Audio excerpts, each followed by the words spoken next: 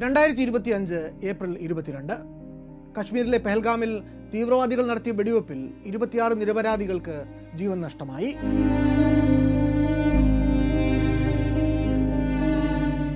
ആ ഭീകരാക്രമണത്തിന് തൊട്ടുപിന്നാലെ നമ്മുടെ അതിർത്തിയിൽ തുടർച്ചയായ സംഘർഷങ്ങളും വെടിവെപ്പും ഉണ്ടാവുകയും ഇൻഡോ പാക് നയതന്ത്ര ബന്ധത്തിൽ ഉലച്ചിൽ തട്ടുകയും ചെയ്തു. അന്നു തൊട്ടു തന്നെ പാകിസ്ഥാന്റെ ഈ പ്രകോപനത്തോട് ഇന്ത്യ എങ്ങനെ തിരിച്ചടിക്കും എന്നുള്ള ചർച്ചകൾ സജീവമായിരുന്നു.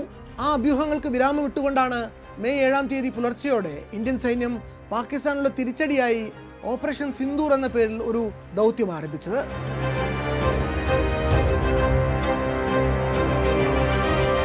ഒൻപതോളം ഭീകര കേന്ദ്രങ്ങൾ ലക്ഷ്യമിട്ട് നടത്തിയ ആ മിസൈൽ ആക്രമണങ്ങൾ നിരവധി ഭീകരവാദികളെ ഇല്ലാതാക്കിയതായി ഇന്ത്യൻ സൈന്യത്തിന്റെ വക്താക്കൾ പത്രസമ്മേളനം നടത്തി അറിയിച്ചു.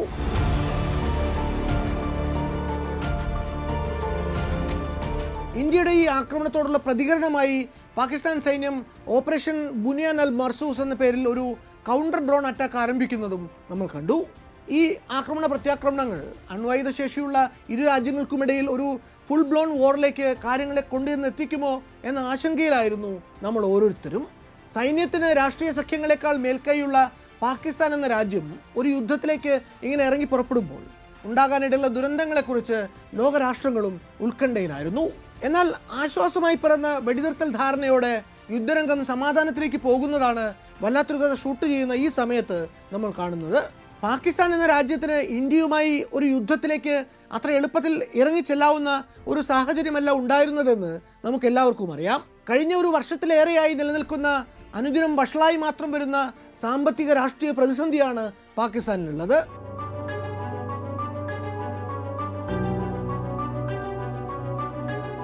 രാജ്യത്തെ കറൻസിയായ പാകിസ്ഥാനി റുപ്പിയ താഴേക്ക് കൂപ്പുകുത്താൻ തുടങ്ങിയിട്ട് മാസങ്ങളായി.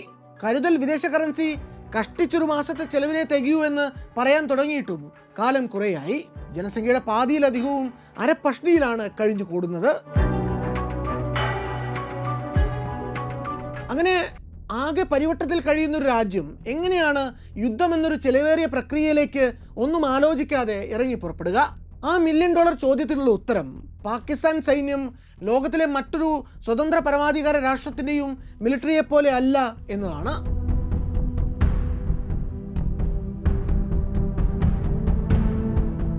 പാക് സൈന്യം എന്ന് പറയുന്നത് ആ രാജ്യത്തിൻ്റെ സകല സ്പന്ദനങ്ങളെയും നേരിട്ട് നിയന്ത്രിക്കുന്ന 1000 കൈകളുള്ള ഒരു നീരാളിയാണ്. നേർവഴിക്കുമല്ലാതെയും കാര്യങ്ങളെ നീക്കുന്ന നമ്മൾ ഡീപ് സ്റ്റേറ്റ് എന്നൊക്കെ പറയുന്ന തരത്തിലുള്ള ഒരു മാഫിയ സെറ്റപ്പാണ് പാകിസ്ഥാന്റെ സൈന്യം. 1947 ഇന്ത്യക്കൊപ്പം സ്വതന്ത്രമായ പാകിസ്ഥാൻ എന്ന പരമാധികാര റിപ്പബ്ലിക്കിന് അവിടെ നിങ്ങോട്ടുള്ള കാലത്തിൽ പകുതിയും ഭരിച്ചു പോന്നിട്ടുള്ളത് അവിടുത്തെ സൈനിക മേധാവികൾ തന്നെയാണ്. തങ്ങളുടെ വിരൽത്തുമ്പിൽ തോൽപ്പാവുകളെ പോലെ കളിക്കാൻ തയ്യാറുള്ളവരെ മാത്രമേ പാക് സൈന്യം ഇന്നോളം പ്രധാനമന്ത്രി പദത്തിലേക്ക് കയറ്റിയിരുത്തിയിട്ടുള്ളൂ. സൈന്യത്തിന്റെ ഒളിഞ്ഞും മറഞ്ഞുമുള്ള പിന്തുണ കൂടാതെ ഒരു പാർട്ടിയും ഇന്നോളം പാകിസ്ഥാനിൽ തെരഞ്ഞെടുപ്പ് ജയിച്ച ചരിത്രവുമില്ല. ഇനി അങ്ങനെ സൈനിക വിരുദ്ധ നിലപാടുള്ള ആരെങ്കിലും അവരുടെ അസാമാന്യമായ ജനപ്രീതിയുടെ പുറത്ത് ജയിച്ചു കയറിയിട്ടുണ്ടെങ്കിൽ തന്നെ അവരാരും തന്നെ അധികനാൾ ഭരിക്കുകയോ ജീവനോടെ ഇരിക്കുകയോ ഉണ്ടായിട്ടില്ല.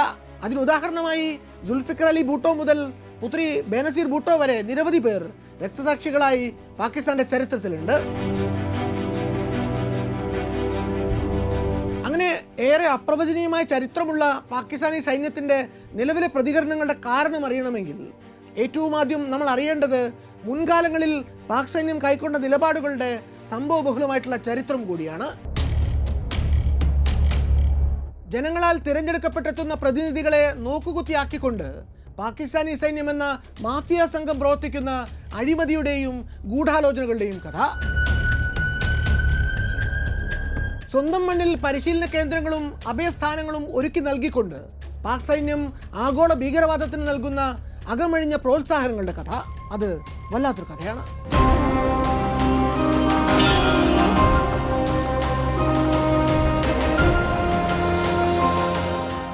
ഈ മാസം മുതൽ വല്ലാത്തൊരു കഥ എപ്പിസോഡുകൾ അടിസ്ഥാനമാക്കി നമ്മളൊരു ക്വിസ് കോൺടെസ്റ്റ് കൂടി ആരംഭിക്കുന്നുണ്ട്.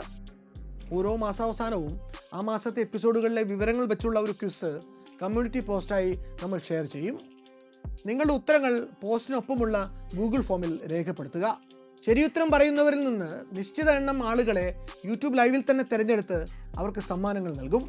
വല്ലാത്തൊരു കഥയെ എത്രത്തോളം ഗൗരവത്തോടെയാണ് നിങ്ങൾ ഓരോരുത്തരും സമീപിക്കുന്നത് എന്നുകൂടി മനസ്സിലാക്കാനാണ് ഈ ഉദ്യമം. എല്ലാവരും ഒപ്പമുണ്ടാകുമെന്ന് പ്രതീക്ഷിക്കുന്നു.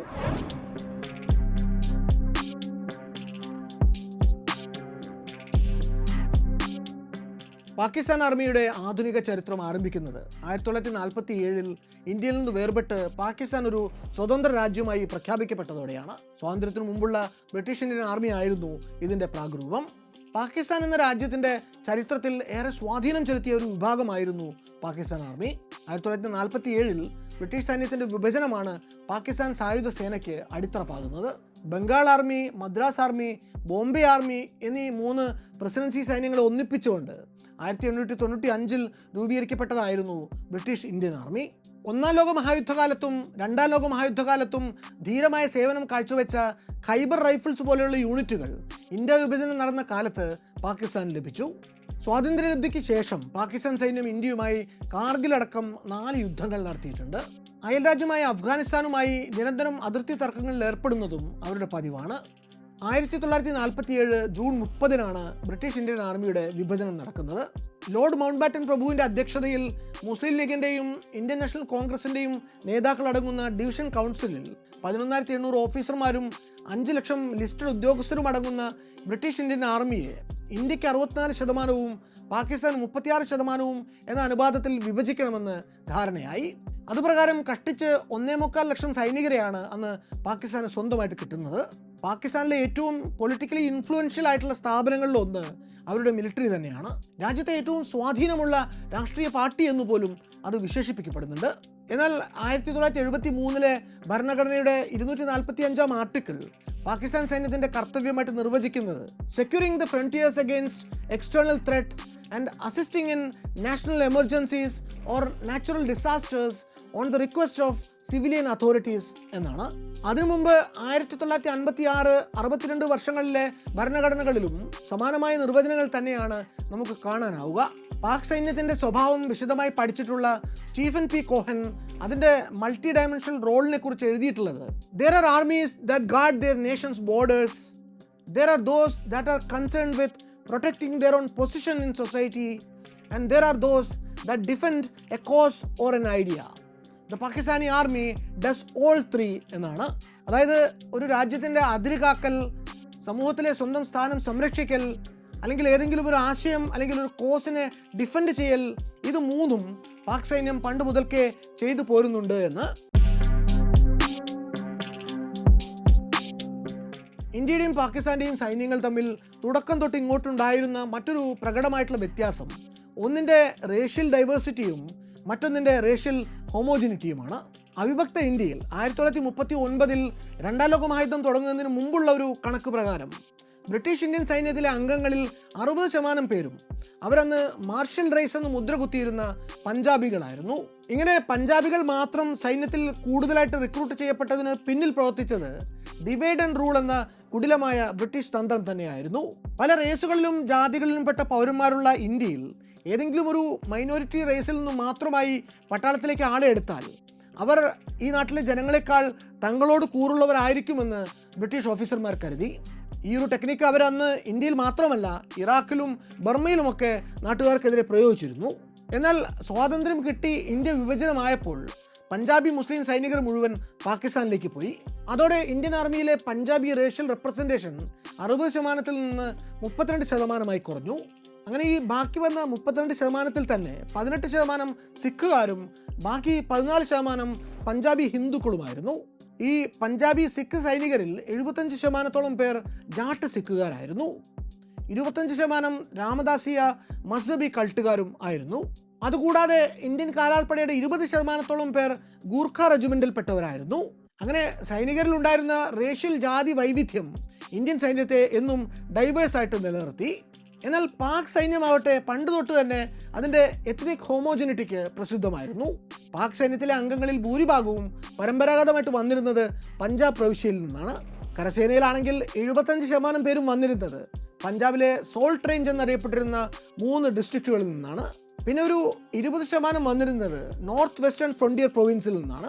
അവശേഷിക്കുന്ന 2 പ്രവിശ്യകളായ ബലൂചിസ്ഥാൻ, സിന്ധ് എന്നിവ ചേർന്ന് ആകെ 5% റെപ്രസെൻറ്റേഷൻ മാത്രമാണ് ഉണ്ടായിരുന്നത്.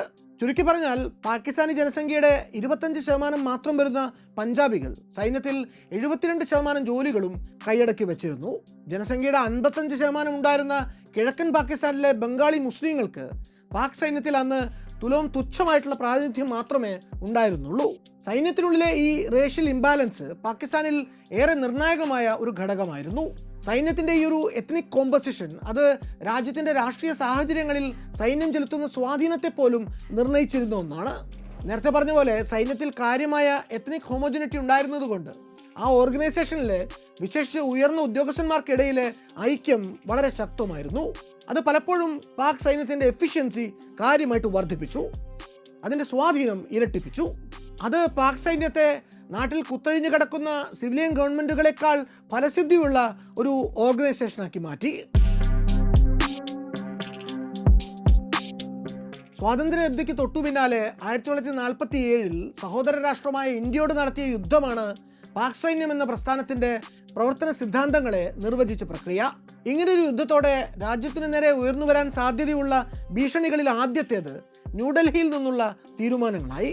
കഴിഞ്ഞ 70 കൊല്ലം കൊണ്ട് പാക് സൈന്യത്തിൻ്റെ എലീറ്റ് ലീഡർഷിപ്പ് അതിൻ്റെ അവസാനത്തെ അടിവേരിലേക്ക് വരെ എത്തിക്കാൻ ശ്രമിക്കുന്ന ഒരു ഐഡിയോളജിയുണ്ട്. അത് ഇങ്ങനെയാണ്: പാകിസ്ഥാൻ എന്ന പേരിൽ മുസ്ലിങ്ങൾക്കായി ഒരു രാജ്യം വേറെ ഉണ്ടായത് ഇന്ത്യൻ ഗവൺമെൻറ്റിൻ്റെ ലീഡർഷിപ്പിന് ഒരിക്കലും രുചിച്ചിട്ടില്ല. അതുകൊണ്ട് തന്നെ പാകിസ്ഥാനെ ഈ ഭൂമുഖത്തു നിന്ന് തുടച്ചു നീക്കാൻ, പാകിസ്ഥാനിൽ അധിനിവേശം നടത്താൻ, അതിർത്തി കടന്നു ചെന്ന് ആക്രമിച്ച് തച്ചു തകർക്കാൻ കിട്ടുന്ന ഒരവസരവും ഇന്ത്യൻ സൈന്യം വേണ്ടെന്ന് വെക്കില്ല. ഡിഫൻസ് സംവിധാനങ്ങളിൽ ലോകത്തിൽ വെച്ച് ഏറ്റവും പുതിയ സ്റ്റേറ്റ് ഓഫ് ദി ആർട്ട് സാങ്കേതിക വിദ്യകൾ അഡാപ്റ്റ് ചെയ്യാനുള്ള ഇന്ത്യൻ ഗവൺമെൻറ്റിൻ്റെ പരിശ്രമങ്ങളെയും വ്യാവസായികവും സാങ്കേതികവുമായിട്ട് പുരോഗമിക്കാനുള്ള നമ്മുടെ ഉത്സാഹത്തെ പോലും പാക് ഗവൺമെൻറ്റും പട്ടാളവും കാണുന്നത് അവർക്കുള്ള ഭീഷണി എന്ന മട്ടിലാണ്. 1947-48 കാലത്തുണ്ടായ ആദ്യ യുദ്ധത്തിലൂടെ തന്നെ നാഷണൽ സെക്യൂരിറ്റി എന്നത് അവരുടെ പ്രയോറിറ്റി ലിസ്റ്റിലെ ഏറ്റവും ആദ്യത്തെ ഐറ്റമായിട്ട് മാറിയിരുന്നു. ഇതേപ്പറ്റി കാർണഗി സർവകലാശാലയിലെ റിസർച്ച് ഫെലോ ആയിട്ടുള്ള ഹുസൈൻ ഹക്കാനി നിരീക്ഷിച്ചിട്ടുള്ളത്, ആദ്യത്തെ യുദ്ധം കഴിഞ്ഞു വന്ന വർഷങ്ങളിൽ Islamic Pakistan was defining it self through the prism of resistance to Hindu India. അതായത് ഹിന്ദു ഇന്ത്യയോടുള്ള ചെറുത്തുനിൽപ്പായിരുന്നു പിന്നീട് അങ്ങോട്ടുള്ള ഇസ്ലാമിക് പാകിസ്ഥാൻ്റെ നയങ്ങളെ നിർണ്ണയിച്ചത് എന്നായിരുന്നു. പാകിസ്ഥാൻ എന്ന രാജ്യത്തിൻ്റെ ആദ്യത്തെ ബജറ്റ് പരിശോധിച്ചാൽ ഏറെ രസകരമായൊരു കാര്യം നമുക്ക് കാണാനാകും. അവരുടെ അക്കൊല്ലത്തെ ആകെ ബജറ്റ് തുകയുടെ 70% പ്രതിരോധത്തിനാണ് വകയിരുത്തിയിരുന്നത്. സ്വാതന്ത്ര്യം കിട്ടിയ അന്നു തൊട്ട് തന്നെ പാകിസ്ഥാൻ എന്ന രാജ്യത്തിൻ്റെ തലയ്ക്ക് മുകളിൽ അവർ തന്നെ കൊണ്ട് കെട്ടിത്തൂക്കിയ ത്രെറ്റ് ഫ്രം ഇന്ത്യ എന്ന സാങ്കല്പിക അപകടം അന്നു തൊട്ട് തന്നെ പാക് മിലിറ്ററിയെ രാജ്യത്തെ മറ്റെല്ലാ പ്രസ്ഥാനങ്ങളെക്കാളും പ്രയോറിറ്റിയുള്ള ഒന്നാക്കി മാറ്റുന്നുണ്ട്. ഈ മാറ്റം കൊണ്ട് സ്വാഭാവികമായിട്ടും ഉണ്ടായ ഒരു സ്വാധീനം സൈന്യം എന്ന സെറ്റപ്പിന് മേൽ രാജ്യത്തെ ചെക്സ് ആൻഡ് ബാലൻസ് സിസ്റ്റത്തിന് വളരെ ദുർബലമായിട്ടുള്ളൊരു പിടി മാത്രമേ പിന്നെ അവശേഷിച്ചുള്ളൂ എന്നുള്ളതാണ്. പാകിസ്ഥാൻ എന്ന രാജ്യത്തിൻ്റെ ഫൗണ്ടിങ് ഫാദറായിട്ടുള്ള മുഹമ്മദ് അലി ജിന്ന തന്നെയാണ് അന്ന് സൈന്യത്തിനുമേൽ ഇങ്ങനെ രാജ്യത്തിൻ്റെ നിയന്ത്രണം അയഞ്ഞു പോകാൻ കാരണമെന്ന് സ്റ്റീഫൻ പി കോഹനും ആരോപിക്കുന്നുണ്ട്. ഇവിടെ ഇന്ത്യയിൽ നെഹ്റുവോ പട്ടേലോ കാണിച്ച ശുഷ്കാന്തിയോ കർമ്മകുശലതയോ ഒന്നും അവിടെ ജിന്നയ്ക്ക് കാണിക്കാനായിട്ടില്ല.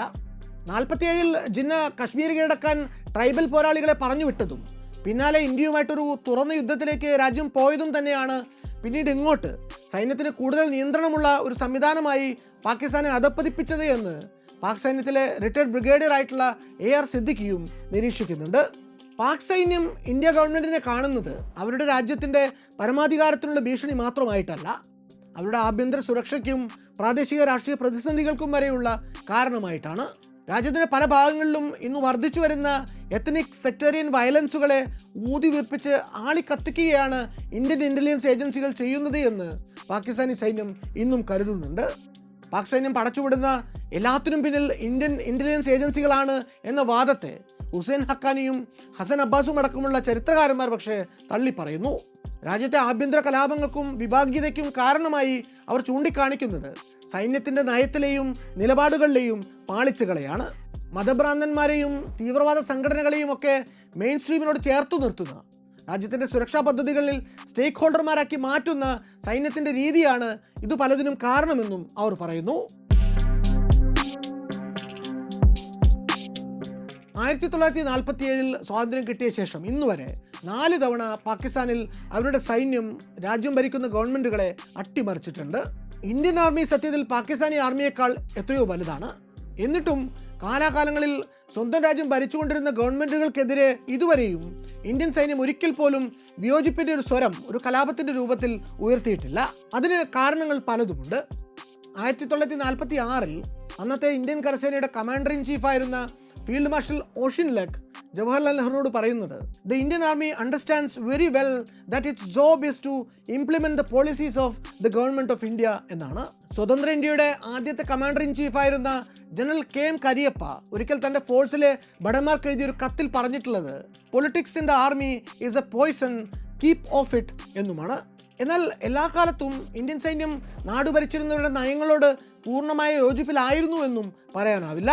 അവർക്ക് അവരുടേതായിട്ടുള്ള വിയോജിപ്പുകൾ എല്ലാ കാലത്തും ഭരണചക്രം തിരിക്കുന്നവരോട് ഉണ്ടായിട്ടുണ്ട്. രാജ്യത്ത് ആഭ്യന്തര സമാധാനം ഉറപ്പായിട്ടും മതി പൗരസ്വാതന്ത്ര്യം, അതുവരെ അടിയന്തരാവസ്ഥയായിരിക്കണം നാട്ടിൽ, പ്രശ്നമുണ്ടാക്കുന്ന സകല രാഷ്ട്രീയ പാർട്ടികളെയും നിരോധിച്ചു കളയണം എന്ന് പറഞ്ഞിട്ടുള്ളതും ഇതേ ജനറൽ കരിയപ്പ തന്നെ ആയിരുന്നുവെന്നും നമ്മൾ ഓർക്കണം. ഇന്ത്യ, പാകിസ്ഥാൻ എന്നീ 2 രാജ്യങ്ങളിലെയും സൈന്യങ്ങളിലെ സീനിയർ ഓഫീസർമാരെല്ലാവരും തന്നെ ഒരേ പരിശീലന കേന്ദ്രങ്ങളിൽ, അതായത് UK സാൻഹേഴ്സ്റ്റിലുള്ള സൈനിക അക്കാഡമിയിൽ നിന്ന് ട്രെയിൻ ചെയ്യപ്പെട്ടവരാണ്. ഈ 2 രാജ്യങ്ങളിലെയും സീനിയർ ഓഫീസർമാർ 1947 വിഭജനം കാരണം 2 രാജ്യങ്ങളുടെ സേനയിലായി പോകും വരെയും ചില ഘട്ടങ്ങളിലെങ്കിലും ഒരുമിച്ച് ഡ്യൂട്ടി എടുത്തിട്ട് പോലുമുണ്ട്. എന്നിട്ടും എന്തുകൊണ്ടാണ് ഇന്ത്യൻ സൈന്യം ചരിത്രത്തിൽ ഇന്നുവരെ പാകിസ്ഥാനിലെ സൈന്യത്തെ പോലെ സ്വന്തം രാജ്യത്തിനെതിരെ കലാപക്കൊടി ഉയർത്താതിരുന്നത് എന്നൊരു ചോദ്യമുണ്ട്. ഇന്ത്യ എന്ന ബേബി റിപ്പബ്ലിക്കിനെ അതിൻ്റെ പ്രാരംഭ ദശയിൽ കൈപിടിച്ച് നടത്താൻ നമുക്ക് ജവഹർലാൽ നെഹ്റുവിനെയും പട്ടേലിനെയും അംബേദ്കറെയും പോലുള്ള നിരവധി പ്രതിഭാശാലികളായിട്ടുള്ള നേതാക്കൾ ഉണ്ടായിരുന്നു എന്നതാണ് അതിനുള്ള പ്രധാന കാരണം. തുടക്കം മുതൽക്ക് തന്നെ അവർ സ്വീകരിച്ച നിർണായകമായ പല നയങ്ങളും രാജ്യത്തെ സിവിലിയൻ ഗവൺമെൻറ്റിനെ ശക്തമാക്കി. ജനങ്ങൾക്കിടയിൽ ചേരിതിരിവുണ്ടാകാതെ, നാട്ടിൽ ആഭ്യന്തര കലഹങ്ങൾ ഉണ്ടാവാതെ അവർ കൊണ്ടുപോയി. ദേശീയ പ്രസ്ഥാനത്തിൻ്റെ കൊടിക്കീഴിൽ ഗാന്ധിജിയെ പോലെയുള്ളൊരു മഹാത്മാവിൻ്റെ പിന്നാലെ ഒറ്റക്കെട്ടായി അണിനിരുന്ന ഒരു ജനതയെ അനുസരണയുള്ള ആട്ടും കുഞ്ഞുങ്ങളെപ്പോലെ മുന്നോട്ട് തെളിച്ചു കൊണ്ടുപോകാൻ നെഹ്റുവിനോ അദ്ദേഹത്തിൻ്റെ ഗവൺമെൻറ്റിനോ കാര്യമായ പ്രയാസങ്ങൾ ഒന്നും തന്നെ നേരിടേണ്ടി വന്നിട്ടില്ല. നെഹ്റു സ്വീകരിച്ച പല നടപടികൾക്കും പലപ്പോഴും ഒരു സിംബോളിക് സ്വഭാവം പോലും ഉണ്ടായിരുന്നു. ഉദാഹരണത്തിന് അദ്ദേഹം പ്രധാനമന്ത്രിയുടെ ഔദ്യോഗിക വസതിയായിട്ട് സ്വീകരിച്ച തീൻമൂർത്തി ഭവൻ എന്ന പോഷ് ബംഗ്ലാവ് അതിനു മുമ്പ് രാജ്യത്തെ സൈന്യത്തിൻ്റെ വകയായിരുന്നു. അതുപോലെ ഇന്ത്യയുടെ ആദ്യത്തെ ഡിഫൻസ് സെക്രട്ടറി ആയിരുന്ന ഹിരുഭായ് പട്ടേൽ അന്നൊരു പ്രഖ്യാപനം നടത്തുന്നുണ്ട്. ഗവൺമെൻറ് നടത്തുന്ന ഔദ്യോഗിക ചടങ്ങുകളിൽ സൈന്യത്തിലെ ഉന്നത ഉദ്യോഗസ്ഥന്മാരെ ഹൈറാർക്കിയിൽ ജനപ്രതിനിധികൾക്കും സിവിൽ സർവൻസിനും ശേഷം മാത്രമേ ഇരുത്തുകയുള്ളൂ. ആ തീരുമാനവും നൽകിയ മെസ്സേജ് വളരെ ക്ലിയർ ആയിരുന്നു. അതുപോലെ 1955 വരെ ആർമി തലവൻ്റെ ഡെസിഗ്നേഷൻ ഇന്ത്യയിൽ CIC അഥവാ കമാൻഡർ ഇൻ ചീഫ് എന്നായിരുന്നു. അക്കൊല്ലമാണ് ചീഫ് ഓഫ് ആർമി സ്റ്റാഫ് എന്ന് ആ സ്ഥാനത്തിൻ്റെ ഡെസിഗ്നേഷൻ മാറ്റുന്നത്. അതോടെ അത് chief of air force, chief of navy എന്നീ സ്ഥാനങ്ങൾക്ക് തുല്യമായി മാറുന്നു. അക്കൊല്ലം മുതൽ ആർമിക്ക് കൂടുതൽ ഉത്തരവാദിത്തങ്ങളും നൽകപ്പെടുന്നു. അതുപോലെ മുമ്പൊക്കെ സൈന്യത്തിൻ്റെ വരവ് ചെലവ് കണക്കുകളുടെ ഓഡിറ്റിംഗ് നടത്തിയിരുന്നത് മിലിറ്ററി ഫിനാൻസ് ഡിപ്പാർട്ട്മെൻറ്റ് എന്ന സംവിധാനം വഴി ഇൻറ്റേർണൽ ആയിട്ടായിരുന്നു. അതിൽ ഗവൺമെൻറ്റിന് കാര്യമായ നിയന്ത്രണങ്ങളൊന്നും തന്നെ ഇല്ലായിരുന്നു. സ്വാതന്ത്ര്യാനന്തരം ഇതും പ്രതിരോധ വകുപ്പിൻ്റെ കീഴിലേക്ക് കൊണ്ടുവരുന്നു. സൈന്യത്തെക്കുറിച്ചുള്ള ഏതൊരു തീരുമാനവും പ്രതിരോധ മന്ത്രി അറിഞ്ഞു മാത്രമേ നടപ്പിലാക്കാവൂ എന്നും നെഹ്റു ശഠിക്കുന്നു. അതുപോലെ അന്നത്തെ അദ്ദേഹത്തിൻ്റെ പ്രതിരോധ മന്ത്രിയായിരുന്ന VK കൃഷ്ണമേനോൻ സൈന്യത്തിലെ മുതിർന്ന ഓഫീസർമാരെ നിരീക്ഷിക്കാൻ ഇൻ്റലിജൻസ് ബ്യൂറോയെ ചുമതലപ്പെടുത്തുന്നു. 1962 ഇന്ത്യക്ക് കാര്യമായിട്ട് ഒരു വെല്ലുവിളി സൈന്യത്തിൻ്റെ കാര്യത്തിൽ ഉണ്ടാവുന്നത്. അക്കൊല്ലം ചൈനയോട് യുദ്ധത്തിൽ തോറ്റ ശേഷം ഇന്ത്യൻ സൈന്യത്തെ പുനരുദ്ധരിക്കാൻ വേണ്ടി വ്യാപകമായി തന്നെ റിക്രൂട്ട്മെൻറ്റ് നടക്കുന്നുണ്ട്. ഇങ്ങനെ സൈന്യത്തിലെ അംഗങ്ങളുടെ എണ്ണം കൂടുന്നത് ചിലപ്പോൾ ഗവൺമെൻറ് സൈനിക സംവിധാനങ്ങൾക്കിടയിൽ ഒരു ഇംബാലൻസിന് സാധ്യതയുണ്ട് എന്ന് തോന്നുന്ന നെഹ്റു അന്ന് സൈന്യത്തിനൊപ്പം പാരാമിലിറ്ററി ഫോഴ്സുകളിലേക്കും റിക്രൂട്ട്മെൻറ്റ് ശക്തമാക്കുന്നു. 1962 വെറും 29,000 പേര് മാത്രമാണ് ഇന്ത്യൻ പാരാമിലിറ്ററി സേനകളിൽ ഉണ്ടായിരുന്നത് എങ്കിൽ 10 വർഷത്തിനുള്ളിൽ അത് 2 ലക്ഷത്തിനു മുകളിലാവുന്നു. പാരാമിലിറ്ററി ഉദ്യോഗസ്ഥർക്ക് സൈന്യത്തെ പോലെ വലിയ പടക്കോപ്പുകൾ ഉപയോഗിച്ചോ അല്ലെങ്കിൽ യുദ്ധം ചെയ്തോ ഒന്നും പരിചയം കാണണമെന്നില്ല. പക്ഷേ വേണ്ട സായുധ പരിശീലനം നൽകി അവർ ഡിപ്ലോയ് ചെയ്യപ്പെട്ടതോടെ രാജ്യത്തിൻ്റെ ആഭ്യന്തര സുരക്ഷാ രംഗത്ത് ഗവൺമെൻറ്റിന് സൈന്യത്തോടുള്ള ഡിപ്പെൻഡൻസിൽ കാര്യമായിട്ടുള്ള കുറവുണ്ടാകുന്നു. മ്യാൻമാർ പോലുള്ള പല രാജ്യങ്ങളും തങ്ങളുടെ റിട്ടയർഡ് ജനറൽമാരെ ഭരണകൂടത്തിൻ്റെ ഭാഗമാക്കിയപ്പോൾ ഇന്ത്യൻ ഗവൺമെൻറ് ചെയ്തത് അവരെ വിദേശ മിഷനുകൾക്ക് ഡിപ്ലോയ് ചെയ്യുകയായിരുന്നു. അതും രാജ്യത്തിൻ്റെ ഭരണത്തിൽ സൈന്യത്തിനുള്ള നേർബന്ധം കുറയ്ക്കാൻ വേണ്ടി മനഃപൂർവ്വം സ്വീകരിച്ച ഒരു നടപടി തന്നെയായിരുന്നു. അങ്ങനെ വളരെ ബോധപൂർവം കൈക്കൊണ്ട പല നയങ്ങളിലൂടെയും ഇന്ത്യ ഗവൺമെൻറ് സൈനിക തലത്തിലുള്ള സ്വാധീനത്തെ പരിമിതപ്പെടുത്തുന്നതിൽ വിജയിക്കുന്നുണ്ട്. ഈയൊരു നയത്തിന് വിരുദ്ധമായിട്ട് ഒരേ ഒരു തവണ മാത്രമാണ് ഇന്ത്യൻ സൈന്യം പ്രവർത്തിച്ചിട്ടുള്ളത്. അത് ബ്ലൂ സ്റ്റാർ ഓപ്പറേഷൻ നടന്ന സമയത്ത് 1984 ജൂണിൽ ചില സിഖ് യൂണിറ്റുകൾ തലസ്ഥാനം ലക്ഷ്യമിട്ട് മൂവ് ചെയ്ത സംഭവം മാത്രമാണ്. പക്ഷെ അത് അന്ന് കൃത്യമായി വേറെ പ്രശ്നങ്ങളൊന്നുമില്ലാതെ ഡീൽ ചെയ്യാൻ ഇന്ത്യൻ ആർമിക്ക് സാധിക്കുന്നുണ്ട്. 2012 ജനുവരി 15-16 തീയതികളിലും ഇതുപോലെ 2 യൂണിറ്റുകൾ തലസ്ഥാനം ലക്ഷ്യമിട്ട് നീങ്ങുന്നു എന്നൊരു ഇൻ്റലിജൻസ് റിപ്പോർട്ട് ഉണ്ടായെങ്കിലും പ്രോട്ടോകോൾ പ്രകാരമുള്ള അലർട്ടുകളും മുൻകരുതലുകളും സ്വീകരിച്ചതിലപ്പുറത്തേക്ക് അത് നീളുന്നില്ല. പിന്നീട് അന്നത്തെ director general of military operations ആയിരുന്ന ലഫ്റ്റനന്റ് ജനറൽ AK ചൗധരി ഈ നീക്കങ്ങളെ സൈന്യത്തിൻ്റെ പതിവ് ഡ്രില്ലുകൾ മാത്രമെന്ന് വിശദീകരിക്കുകയുമുണ്ടായി. അപ്പോൾ നമുക്ക് സ്വാഭാവികമായിട്ടും തോന്നാവുന്ന ഒരു സംശയം, പാകിസ്ഥാനിലെ സിവിലിയൻ ഭരണയന്ത്രങ്ങൾ എന്തുകൊണ്ടാണ് നമ്മുടേതുപോലെ ഫലപ്രദമാകാതെ പോയത് എന്നതാവും. 1947 ഇന്ത്യയും പാകിസ്ഥാനും 2 രാജ്യങ്ങളായിട്ട് വിഭജിക്കപ്പെട്ടപ്പോൾ പാകിസ്ഥാന് രാത്രി ഇരുട്ടി വെളുത്തപ്പോഴേക്കും പുതിയൊരു രാജ്യ തലസ്ഥാനം തന്നെ വേണ്ടി വന്നു. കറാച്ചിയാണ് അന്ന് അവർ അതിനായിട്ട് കാണുന്ന സ്ഥലം. പിന്നീട് 1967 മാത്രമാണ് തലസ്ഥാനം ഇസ്ലാമാബാദ് ആവുന്നത്. വളരെ ചുരുങ്ങിയ സമയം കൊണ്ട് അന്ന് അവർക്ക് ദില്ലിയിൽ നിന്ന് ഗവൺമെൻറ് റെക്കോർഡുകളും മാൻ പവറും ഒക്കെ കറാച്ചിയിലേക്ക് മാറ്റേണ്ടി വന്നു. അങ്ങനെ നിന്ന നിൽപ്പിനൊരു തലസ്ഥാനം സെറ്റപ്പ് ചെയ്തെടുക്കാൻ വേണ്ടത്ര ആൾബലമോ സാമ്പത്തികമോ ഒന്നും അന്ന് പാകിസ്ഥാൻ ഉണ്ടായിരുന്നില്ല എന്നതാണ് വാസ്തവം. കാരണം പാർട്ടീഷൻ കഴിഞ്ഞ സമയത്ത് ആകെ ഉണ്ടായിരുന്ന 1550 സിവിൽ സർവൻസിൽ 1400 പേരും ഇന്ത്യയിലേക്ക് ചേക്കേറിയിരുന്നു.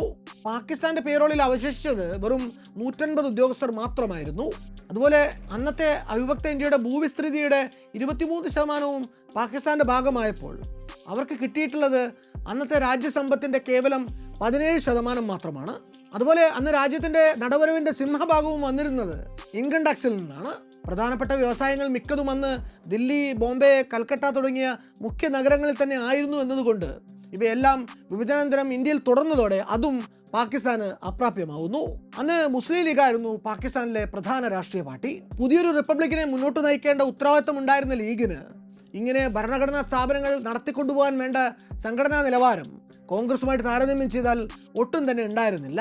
സ്വാതന്ത്ര്യത്തിലേക്ക് എത്തുന്നതിന് മുമ്പ് 1936-37 കാലത്ത് നടന്ന പ്രൊവിൻഷ്യൽ തെരഞ്ഞെടുപ്പുകളിൽ മുസ്ലിം ലീഗിന് കാര്യമായ നേട്ടങ്ങളൊന്നും തന്നെ ഉണ്ടാക്കാൻ സാധിച്ചിരുന്നില്ല.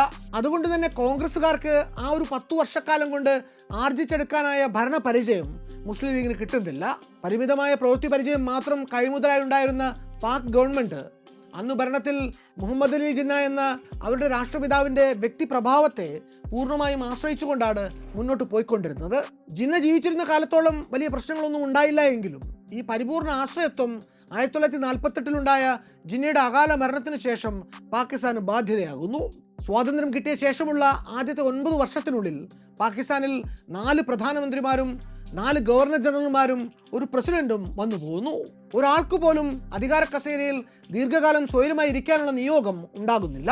കൃത്യമായൊരു ഭരണഘടനയോ നാട്ടിൽ കാര്യമായ രാഷ്ട്രീയ സ്ഥിരതയോ ഇല്ലാതിരുന്നതുകൊണ്ട് രാജ്യത്തിൻ്റെ ഭരണം കെടുകാര്യസ്ഥതകൾ നിറഞ്ഞതായിരുന്നു. ഭരണത്തിൽ ഉടലെടുത്ത ഈ ലീഡർഷിപ്പ് വാക്യൂം ഫില്ല് ചെയ്യാൻ വേണ്ടി അന്ന് പാകിസ്ഥാൻ സൈനിക നേതൃത്വത്തിന് ഇറങ്ങിച്ചെല്ലേണ്ടി വന്നു. പാകിസ്ഥാനിലെ സിവിലിയൻ ഗവൺമെൻറ്റുമായിട്ട് താരതമ്യം ചെയ്ത് നോക്കുകയാണെങ്കിൽ പാക് സൈന്യം എന്നത് വെൽ ഫണ്ടഡ് ആയിട്ടുള്ള എണ്ണയിട്ട യന്ത്രം പോലെ പ്രവർത്തിക്കുന്ന ഒരു മെച്ചപ്പെട്ട സംവിധാനമായിരുന്നു എന്നത് ഈ ഘട്ടത്തിൽ അവർക്ക് ഗുണം ചെയ്തു. അതിനിടയിൽ 1953 ലാഹോറിൽ ആൻറ്റി അഹമ്മദിയ ലഹള നടക്കുന്നു. പാകിസ്ഥാനിൽ അന്ന് അധികാരത്തിലിരുന്ന ഗവൺമെൻറ്റിന് കലാപ സാഹചര്യം നിയന്ത്രിക്കാൻ സാധിക്കുന്നില്ല. നഗരത്തിൽ സമാധാനം പുനഃസ്ഥാപിക്കാൻ എന്ന പേരിൽ മാർഷ്യൽ ലോ പ്രഖ്യാപിക്കപ്പെടുന്നു. എന്നാൽ മിലിറ്ററി ആക്ഷൻ ഉണ്ടായി നാട്ടിൽ സമാധാനം പുനഃസ്ഥാപിക്കപ്പെട്ടിട്ടും പട്ടാളം തിരികെ അവരുടെ ബാരക്കുകളിലേക്ക് മടങ്ങി പോകുന്നില്ല. അവർ പിന്നെയും ലാഹോർ നഗരത്തിൽ തന്നെ തുടർന്നു പോകുന്നു. അവിടെ കാണാൻ കഴിഞ്ഞ ഒരുപാട് പെൻഡിങ് വർക്കുകൾ അവർ ഒതുക്കുന്നു. നിർമ്മാണം പാതി വഴി നിന്നുപോയ സർക്കാർ കെട്ടിടങ്ങൾ പലതും അവർ പണിതു പൂർത്തിയാക്കി പെയിന്റ് ചെയ്ത് തുറന്നു കൊടുക്കുന്നു. താറുമാറായ കമ്മ്യൂണിക്കേഷൻ സംവിധാനങ്ങളെ അവർ പുനഃസ്ഥാപിക്കുന്നു. പൊട്ടിപ്പൊളിഞ്ഞ നിരത്തുകൾ വീണ്ടും അവർ ടാർ ചെയ്ത് സുന്ദരമാക്കുന്നു. റോഡ് വക്കിൽ മരങ്ങൾ നട്ടുവളർത്തുന്നു. അങ്ങനെ പല പണികളും അവർ റെക്കോർഡ് വേഗത്തിൽ ഒന്നിനു പിന്നാലെ ഒന്നായി അന്ന് ചെയ്തു തീർക്കുന്നു. അന്ന് പാക് സൈന്യം അക്ഷരാർത്ഥത്തിൽ യുദ്ധകാല അടിസ്ഥാനത്തിൽ തന്നെ ചെയ്തു പൂർത്തീകരിക്കുന്നത് അവിടുത്തെ സിവിലിയൻ ഗവൺമെൻറ്റിന് അധികാര കസേരയിൽ അള്ളിപ്പിടിച്ചിരുന്ന കഴിഞ്ഞ ഒരു പതിറ്റാണ്ട് കാലം കൊണ്ട് ചെയ്തു തീർക്കാൻ പറ്റാതെ പോയ കാര്യങ്ങളാണ്. അതിനുശേഷം 1958 പാകിസ്ഥാനിലെ സിവിലിയൻ ഗവൺമെൻറ് പരിപൂർണ പരാജയമാണ് എന്ന തോന്നൽ ശക്തമായതോടെ ചരിത്രത്തിൽ ആദ്യമായി രാജ്യത്തുടനീളം പട്ടാള ഭരണം നടപ്പിലാക്കി.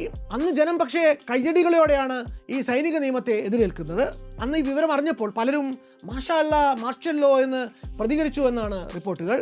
ദൈവഹിതമാണ് ഈ സൈനിക നിയമം എന്ന മട്ടിലായിരുന്നു പലരുടെയും സ്വകാര്യമായിട്ടുള്ള അഭിപ്രായ പ്രകടനങ്ങൾ. ചുരുക്കത്തിൽ രാജ്യത്തിൻ്റെ സോഷ്യോ എക്കണോമിക്കലും പൊളിറ്റിക്കലുമായിട്ടുള്ള എല്ലാത്തരം വികാസത്തിനും വേണ്ട സംഭാവനകൾ നൽകാൻ പ്രാപ്തിയുള്ള ഒരു സംവിധാനമാണ് തങ്ങളെന്ന് പാക് സൈന്യത്തിന് ആ രാജ്യത്തിൻ്റെ ഫോർമേറ്റീവ് ഇയേഴ്സിൽ തന്നെ തോന്നി തുടങ്ങിയിരുന്നു. രാജ്യത്തിൻ്റെ സുരക്ഷ ഉറപ്പുവരുത്തുക എന്ന പ്രാഥമിക ഡ്യൂട്ടിക്കൊപ്പം തന്നെ പ്രയോറിറ്റിയുള്ള ഒരു കർത്തവ്യമായി നേഷൻ ബിൽഡിങ്ങിനെ അന്നുതൊട്ടേ പാക് ആർമി കരുതി പോരുകയും ചെയ്തു. അതോടൊപ്പം ഈ ഒരു ഐഡിയോളജിക്ക് പ്രചാരം കിട്ടാൻ പോകുന്ന രീതിയിലുള്ള പ്രൊപ്പഗണ്ട മെറ്റീരിയലുകളുടെ ഒരു കുത്തൊഴുക്ക് തന്നെ അന്ന് ആർമി സ്കൂൾ ഓഫ് തോട്ടിൻ്റെ ഭാഗത്തു നിന്ന് ഉണ്ടാവുന്നുണ്ട്. ജനറൽ ഫസൽ മുഖീം ഖാൻ, ജനറൽ അയൂബ് ഖാൻ, റിമാൻ മൂർ, ബ്രയാൻ ക്ലോഗി, പർവേസ് ചീമ എന്നിങ്ങനെയുള്ള അന്നത്തെ ആർമി ഹിസ്റ്റോറിയൻസ് പാക് സൈന്യത്തെ ജനങ്ങൾക്കും ലോകത്തിനു മുന്നിൽ അവതരിപ്പിച്ചു പോകുന്നത് നേരത്തെ പറഞ്ഞ നേഷൻ ബിൽഡർ റോളിൽ തന്നെ ആയിരുന്നു. ദൈവത്തിൻ്റെ റിപ്പബ്ലിക് സൃഷ്ടിക്കാൻ ഉറച്ച് 4 ടേമുകളിലായിട്ട് സൈന്യം പാകിസ്ഥാൻ ഭരിച്ചിട്ടുണ്ട്. ഇതിൽ ഓരോ തവണയും രാഷ്ട്രീയ നേതൃത്വവുമായിട്ട് പ്രത്യേക തരത്തിലുള്ള സഹകരണം സൈനിക ഭരണകൂടത്തിന് ഉണ്ടായിരുന്നു എന്നാണ് ചരിത്രം തെളിയിക്കുന്നത്. വിഭജനത്തിൻ്റെ ചാരത്തിൽ നിന്ന് ഉയർന്ന ഇസ്ലാമിക് റിപ്പബ്ലിക്കിനെ ഒരു ആധുനിക ആശയാധിഷ്ഠിത രാജ്യമാക്കുകയായിരുന്നു ഇവരുടെ ലക്ഷ്യം. 7 പ്രധാനമന്ത്രിമാർ നിരന്തരമായിട്ട് വീണ 1951 മുതൽ 57 വരെയുള്ള അസ്ഥിര കാലഘട്ടത്തിന് ശേഷം ആദ്യം ഭരണം ഏറ്റെടുക്കുന്നത് ലഫ്റ്റനന്റ് ജനറൽ അയൂബ് ഖാൻ ആയിരുന്നു. രാഷ്ട്രത്തിൻ്റെ അംഗരക്ഷകർ ഫ്യൂഡൽ പ്രഭുക്കന്മാരുമായിട്ട് സഖ്യം ചേർന്ന് സ്വേച്ഛാധിപത്യത്തിനും ജനാധിപത്യത്തിനും ഇടയിൽ നിൽക്കുന്ന ഒരു വിചിത്രമായ രാഷ്ട്രീയ വ്യവസ്ഥ നിർമ്മിക്കാൻ ശ്രമിക്കുകയായിരുന്നു അക്കാലത്ത്. ജനറൽ അയൂബ് ഖാൻ കരസേനയുടെ ഫീൽഡ് മാർഷലും സായുധ സേനയുടെ സുപ്രീം കമാൻഡറുമായി സ്വയം അവരോധിക്കപ്പെട്ടുവെങ്കിലും സിവിലിയൻ ബ്യൂറോക്രസിയാണ് അന്ന് പാകിസ്ഥാനിൽ അരങ്ങേറുന്നത്. ജനറൽമാർ തന്നെ മന്ത്രിമാരും ഗവർണർമാരുമായി. സുൽഫിക്കർ അലി ഭൂട്ടോയെ പോലുള്ള രാഷ്ട്രീയക്കാരെ രാഷ്ട്രീയ ഉപദേശത്തിനു വേണ്ടി അയൂബ് ഖാൻ ആശ്രയിക്കുകയും ചെയ്യുന്നുണ്ട്. സൈനിക ഭരണത്തിലെത്തുന്നതിന് തൊട്ടു മുമ്പ് രാജ്യത്തിൻ്റെ പേരിലെ ഇസ്ലാമിക് എന്ന പദം 1956 പാകിസ്ഥാൻ താൽക്കാലികമായി നീക്കം ചെയ്തിരുന്നു. രാഷ്ട്രീയ അധികാരം പിടിച്ചെടുത്തതിന് സമ്മാനമായി സൈന്യത്തിന് പാശ്ചാത്യ സൈനിക ഉപകരണങ്ങളും ഉദാരമായ സബ്സിഡികളും ലഭിച്ചതും ഇക്കാലത്ത് തന്നെയാണ്. 1965 ഇന്തോ പാക് യുദ്ധത്തിലൂടെ അന്നത്തെ വിദേശകാര്യമന്ത്രിയായിരുന്ന സുൽഫിക്കർ അലി ഭൂട്ടോയാണ് കശ്മീർ പിടിച്ചെടുക്കാനുള്ള തന്ത്രങ്ങൾ ആവിഷ്കരിക്കുന്നത്. ഈ പദ്ധതിയുടെ യുക്തിയെക്കുറിച്ച് സൈനിക മേധാവി ജനറൽ മുഹമ്മദ് മൂസ ആശങ്കകൾ ഉന്നയിച്ചുവെങ്കിലും അതെല്ലാം തള്ളിക്കളഞ്ഞുകൊണ്ടായിരുന്നു ഭൂട്ടോ മുന്നോട്ട് പോയത്. ഈ ആശങ്ക ശരിവെക്കും വിധത്തിൽ പാകിസ്ഥാൻ ആ യുദ്ധത്തിൽ അമ്പെ പരാജയപ്പെടുന്നു. 1967 മുതൽ ഭൂട്ടോ പഞ്ചാബിലെയും സിന്ധിലെയും തൊഴിലാളികൾക്കിടയിൽ സോഷ്യലിസ്റ്റ് ചായവുള്ള ഒരു ജനകീയ പ്രസ്ഥാനം സ്ഥാപിക്കാൻ വേണ്ടി ഇറങ്ങി പുറപ്പെട്ടു. അതേസമയം കിഴക്ക് അവാമി ലീഗിൻ്റെ ബംഗാളി ദേശീയവാദ രാഷ്ട്രീയവും പൂത്തു തളിർക്കുകയായിരുന്നു. ഈ പുതിയ ശക്തികൾ സൃഷ്ടിച്ച പിരിമുറുക്കങ്ങൾക്ക് കർക്കശമായൊരു സൈനിക മേൽനോട്ടം ആവശ്യമായി വന്നതോടെ 1969 മറ്റൊരു അട്ടിമറിയിലൂടെ ജനറൽ യഹിയ ഖാൻ അധികാരം ഏറ്റെടുക്കുന്നു. സുൽഫിക്കർ അലി ഭൂട്ടോയുടെ ഇടതുപക്ഷ പോപ്പുലിസത്തിനും ഷെയ്ഖ് മുജിബുർ റഹ്മാന്റെ ബംഗാളി ദേശീയവാദത്തിനും ഇടയിൽ ഒരു മധ്യസ്ഥനായി നിൽക്കാൻ യഹിയ ഖാൻ പദ്ധതി ഇട്ടിരുന്നുവെങ്കിലും 70 തെരഞ്ഞെടുപ്പിനെ തുടർന്ന് നാട്ടിൽ ഉടലെടുത്ത രാഷ്ട്രീയ പ്രതിസന്ധി അയാളെ ഒരു പക്ഷത്ത് ചേരാൻ നിർബന്ധിതനാക്കുന്നു. I am the president of the people of Bengal. Legally, morally, I am the man who can govern this country എന്ന് തൻ്റെ ഉറച്ച സ്വരത്തിൽ മുജിബുർ റഹ്മാൻ പ്രസംഗിച്ചതോടെ യഹിയ ഖാൻ അപകടം മണത്തു. കിഴക്കൻ പാകിസ്ഥാനിലെ ഒരു ബംഗാളിയെ പാകിസ്ഥാന്റെ പ്രധാനമന്ത്രി ആക്കുന്നത് യഹിയ ഖാന് സങ്കല്പിക്കാൻ പോലും ആവുന്നുണ്ടായിരുന്നില്ല. ഭൂരിപക്ഷമുണ്ടായിരുന്ന മുജിബുർ റഹ്മാനെ മന്ത്രിസഭ രൂപീകരിക്കാൻ ക്ഷണിക്കാതെ ജനറൽ യഹിയ ഖാൻ മാർച്ച് 1-ാം തീയതി നാഷണൽ അസംബ്ലി രൂപീകരണം അനിശ്ചിതകാലത്തേക്ക് നീട്ടിവെക്കുന്നതായിട്ട് പ്രഖ്യാപിക്കുന്നു. അപ്പുറത്ത് കിഴക്കൻ പാകിസ്ഥാനിൽ മുജിബുർ റഹ്മാൻ ഇതിനെതിരെ പണിമുടക്ക് തുടങ്ങുന്നു. അതിനെ അടിച്ചമർത്താൻ വേണ്ടി ജനറൽ യഹിയ ഖാൻ ജനറൽ ടിക്ക ഖാന്റെ സഹായത്തോടെ ഓപ്പറേഷൻ സെർച്ച് ലൈറ്റ് എന്ന പേരിൽ അതിക്രൂരമായ ഒരു സൈനിക ഓപ്പറേഷനും തുടക്കമിടുന്നു. ഇത് പിന്നീട് എങ്ങനെയാണ് 1971 ഇൻഡോ പാക് യുദ്ധത്തിലേക്ക് നയിച്ചത് എന്ന് വല്ലാത്തുറകഥയുടെ 1971 എപ്പിസോഡിൽ നമ്മൾ വിശദമായി തന്നെ പറയുന്നുണ്ട്. എന്തായാലും യുദ്ധാനന്തരം അധികാരം സുൽഫിക്കർ അലി ഭൂട്ടോയിലേക്ക് വന്നു ചേരുന്നു. മതമായിരുന്നു അയാളുടെ രാഷ്ട്രീയ ആയുധം. അഹമ്മദീയ വിശ്വാസത്തെ അയാൾ കർശനമായി നിരോധിക്കുന്നു. ഒപ്പം കശ്മീർ പിടിച്ചെടുക്കാനായി ഒടുങ്ങാത്ത പോരാട്ടം പ്രഖ്യാപിക്കുകയും ചെയ്യുന്നു. സുൽഫിക്കർ അലി ഭൂട്ടോയ്ക്ക് തൻ്റെ സൈനിക മേധാവി ജനറൽ സിയാഉൽ ഹക്കിനെ കണ്ണെടുത്താൽ കണ്ടുകൂടായിരുന്നു. ഹക്കിനെ അപമാനിക്കാൻ കിട്ടിയ ഒരു അവസരവും ഭൂട്ടോ പാഴാക്കിയിരുന്നില്ല. ഒരിക്കൽ വിദേശ സന്ദർശകർക്ക് മുന്നിൽ വെച്ച് where is my monkey general, come here monkey എന്ന് ഉറക്കെ വിളിച്ച് സിയാഉൽ ഹക്കിനെ ഭൂട്ടോ അപമാനിച്ചു എന്ന് Zulfikar Ali Bhutto the psychodynamics of his rise and fall എന്ന പുസ്തകത്തിൽ ചരിത്രകാരൻ സ്റ്റാൻലി വോൾപ്പട്ടിനെ ഉദ്ധരിച്ചുകൊണ്ട് ഷമീം അഹമ്മദ് എഴുതുന്നുണ്ട്. എന്നാൽ 1977 അടുത്ത സൈനിക അട്ടിമറി ഉണ്ടായപ്പോൾ സുൽഫിക്കർ അലി ഭൂട്ടോയുടെ മങ്കി ജനറൽ സ്വന്തം യജമാനെ വിഴുങ്ങിയ നരഭോജി കടുവയായി മാറിയതിന് ചരിത്രം സാക്ഷിയാണ്. തന്നെ അപമാനിച്ച പ്രധാനമന്ത്രി സുൽഫിക്കർ അലി ഭൂട്ടോയെ കള്ളക്കേസിൽ കുടുക്കി കഴുമരത്തിലേറ്റിയിട്ട് ജനറൽ സിയാഉൽ ഹക്ക് അന്ന് അടങ്ങുന്നുള്ളൂ. സൈനിക അട്ടിമറിയിലൂടെ അധികാരത്തിലെത്തിയ 4ാമത്തെ സൈനിക തലവൻ ജനറൽ പർവേസ് മുഷാറഫ് ആവട്ടെ പ്രധാനമന്ത്രി നവാസ് ഷെരീഫിനെ ജയിലിൽ അടയ്ക്കുകയും പിന്നീട് നാട് കടത്തുകയും ചെയ്തു.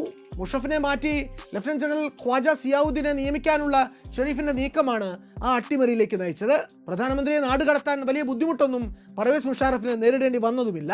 2001 മുതൽ 2008 വരെ ഭരിച്ച മുഷാറഫിന് ഒടുവിൽ ഇംപീച്ച്മെന്റിൽ കുരുങ്ങി പടിയിറങ്ങേണ്ടി വന്നതും ചരിത്രമായി. ഇതിനിടയിൽ മുൻ പ്രധാനമന്ത്രി ബെനസീർ ഭൂട്ടോയെ വധിക്കാൻ വേണ്ടി അരങ്ങേറുന്ന ഗൂഢാലോചനയിലും പർവേസ് മുഷാറഫിന് പങ്കുണ്ട് എന്നൊരു ആരോപണവും ഉയർന്നിരുന്നു. ഇന്ത്യൻ ആർമിയുടെ പ്രവർത്തന ശൈലിയിൽ നിന്നുകൊണ്ട് ഒരിക്കലും നമുക്ക് വിലയിരുത്താൻ സാധിക്കാത്ത ഒന്നാണ് പാകിസ്ഥാൻ ആർമിയുടെ രീതികൾ. നമ്മുടെ നാട്ടിൽ ജനാധിപത്യ ബാലറ്റിലൂടെ അധികാരത്തിലെത്തുന്ന ഗവൺമെന്റിന്റെ കീഴിലാണ് ആർമി പ്രവർത്തിക്കുക. എന്നാൽ പാകിസ്ഥാനിൽ അതല്ല സ്ഥിതി. നാഷണൽ സെക്യൂരിറ്റിയും വിദേശ നയവും അടക്കം നിയന്ത്രിക്കുന്ന ഒരു സമാന്തര ഗവൺമെന്റ് ആയിട്ടാണ് ഇവിടെ ആർമിയുടെ പ്രവർത്തനം. പാകിസ്ഥാൻ പ്രധാനമന്ത്രിക്ക് പോലും ഒരു പരിധിക്കപ്പുറം സൈന്യത്തിനുമേൽ നിയന്ത്രണാധികാരമില്ല. സൈന്യത്തെ എതിർത്തുകൊണ്ട് പ്രധാനമന്ത്രിമാർക്ക് നിലനിൽപ്പ് പോലും ഇല്ല എന്നതാണ് സത്യം. സൈന്യത്തെ എതിർക്കുക എന്നത് 1999 നവാസ് ഷെരീഫും 2022 ഇമ്രാൻഖാനും നേരിട്ടതുപോലെ ജയിലിലേക്കുള്ള വഴി സ്വയം വെട്ടുന്നതിന് തുല്യമായിരിക്കും. നമ്മുടെ നാട്ടിൽ രാഷ്ട്രീയ അധികാരത്തിലിരിക്കുന്ന മന്ത്രിമാരുടെയും മറ്റും ചിത്രങ്ങൾ വാഹനങ്ങളിലും ഫ്ലക്സ് ബോർഡുകളുമൊക്കെ ആയി നമ്മൾ നിരന്തരം കാണാറുണ്ട്. പാകിസ്ഥാനിൽ നമ്മൾ പോയാൽ അവിടെ കാണാനാവുക ഇതേ ശൈലിയിൽ അവിടുത്തെ ആർമി ചീഫുകളുടെ ചിത്രങ്ങൾ ആലേഖനം ചെയ്ത വാഹനങ്ങളും ഫ്ലക്സ് ബോർഡുകളുമാണ്. ഇത്തരത്തിൽ സ്വയം പരസ്യപ്പെടുത്തിക്കൊണ്ടാണ് അവർ ജനങ്ങൾക്കിടയിൽ സ്വാധീനം ഉറപ്പിക്കുന്നത്. രാഷ്ട്രത്തിന്റെ സമ്പത്തിന്റെ സിംഹഭാഗത്തിന്റെയും ഗുണഭോക്താക്കളായിരുന്നു കൊണ്ട് രാഷ്ട്രത്തിനു വേണ്ടി ഏറ്റവും കുറച്ചു മാത്രം സേവനം നൽകുന്ന ഒരു വിഭാഗമാണ് പാകിസ്ഥാൻ ആർമി എന്ന് അതിന്റെ പ്രവർത്തന രീതികൾ നിരീക്ഷിക്കുകയാണെങ്കിൽ ഏതൊരാൾക്കും മനസ്സിലാവും. ഒരു മാഫിയ സിൻഡിക്കേറ്റിൻ്റെതിന് സമാനമാണ് അതിന്റെ പ്രവർത്തനങ്ങൾ. സാധാരണഗതിയിൽ ഒരു രാജ്യത്തെ സൈന്യത്തിലെ ഉന്നത ഉദ്യോഗസ്ഥരുടെ പ്രകടനത്തിന്റെ അളവുകോൽ പ്രതിസന്ധി ഘട്ടങ്ങളിലെ അവരുടെ പ്രവർത്തനത്തിലും അവർ നേടിയ സൈനിക വിജയങ്ങളിലും അധിഷ്ഠിതമാണെങ്കിൽ പാകിസ്ഥാനിൽ അത് റിയൽ എസ്റ്റേറ്റ് ഹോൾഡിങ്ങുകളുടെയും വിദേശ ബാങ്കുകളിലെ നിക്ഷേപങ്ങളുടെയും സ്വന്തം നാട്ടിലെ കുത്തക കച്ചവടങ്ങളുടെ ലാഭക്കണക്കുകളുടെയും അടിസ്ഥാനത്തിലാണ്. 2024-25 ബജറ്റിൽ പോലും രാജ്യത്തെ ആരോഗ്യം, വിദ്യാഭ്യാസം, അടിസ്ഥാന സൗകര്യ വികസനം എന്നീ മേഖലകൾക്ക് നൽകുന്നതിനേക്കാൾ അധികം തുകയാണ് ഡിഫൻസിന് വേണ്ടി പാകിസ്ഥാൻ ചെലവഴിച്ചിട്ടുള്ളത്.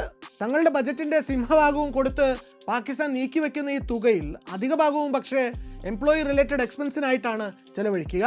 ആർമി ഉദ്യോഗസ്ഥർക്കുള്ള ഉയർന്ന സാലറി, റിട്ടയറായ മുൻ ചീഫുമാർക്കുള്ള ഉയർന്ന പെൻഷൻ, റിട്ടയറായ ഉദ്യോഗസ്ഥന്മാർക്കുള്ള ലാൻഡ് ഗ്രാൻറ്റുകൾ എന്നിങ്ങനെയാണ് ഈ തുകയിൽ ഭൂരിഭാഗവും വിനിയോഗിക്കപ്പെടുന്നത്.